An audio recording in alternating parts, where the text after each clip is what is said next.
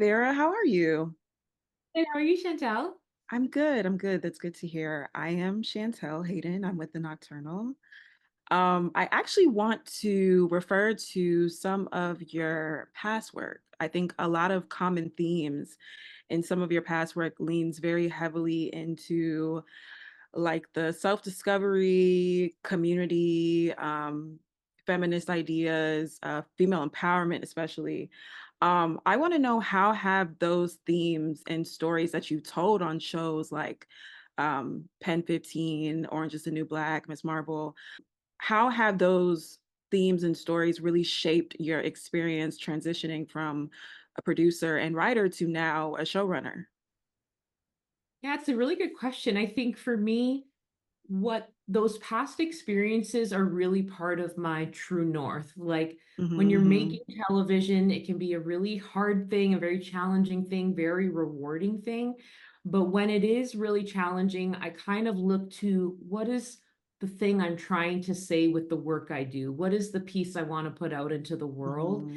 And to me, the Hmm. idea that you can change people's minds with laughter and watching something on TV is really how I pick projects. And so the through line, although sometimes the shows I've worked on, there's not an obvious theme, they are all kind of trailblazing shows. That's the thing I look for when I'm signing up for a project because I want to do something that moves the needle, changes people's minds, makes them see women in a different way, shows a different part of either a person of color experience, a female experience. Hmm. I'm a child of an immigrant, all of those Hmm. pieces. I kind of look for a project that's going to shed a new piece of light on one of those experiences. Yeah. So I was actually going to ask. So Natasha said that she was very adamant on collaborating with you. She specifically sought you out for this project. I want to know that when she came to you with this idea, what essentially made you say yes? And could you tell me more about like you guys' relationship? Like what made her feel so such a strong connection to you? Yeah, it's really funny because we have a mutual friend, and so she and I ended up meeting at a baby welcoming party, and we were like two Mm-hmm. magnets drawn to each other, just kind Mm-hmm. of like probably like two A students finding themselves in the lunchroom, like we Yeah. just were very drawn to each other. And when she circled me the first time, I was show running Pen 15. And when I read her script, we had a long conversation because I loved the project, but I was on something else and I wasn't Hmm. sure the timing and whether I'd be able to give her my all in that moment.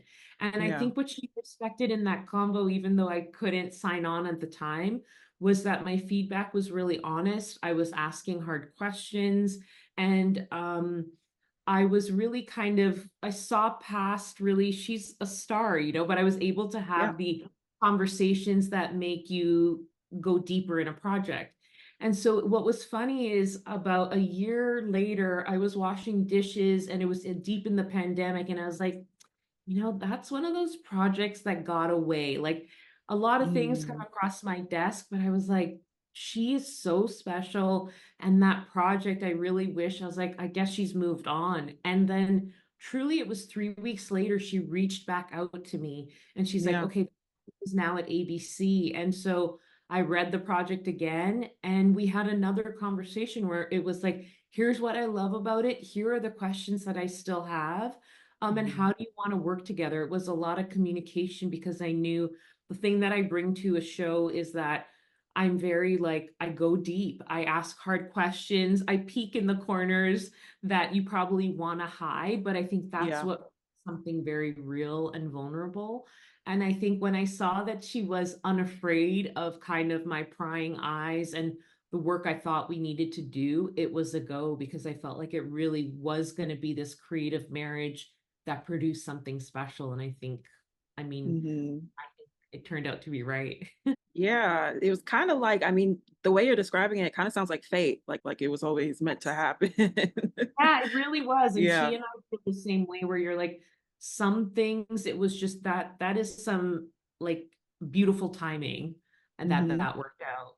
Yeah, timing is very important. So last question I want to ask you, without giving too much away, there is a scene in the series where Mel is feeling extremely overwhelmed, which viewers will see happens often. And she's just overwhelmed with life and everything going on, and she has to go to her happy place.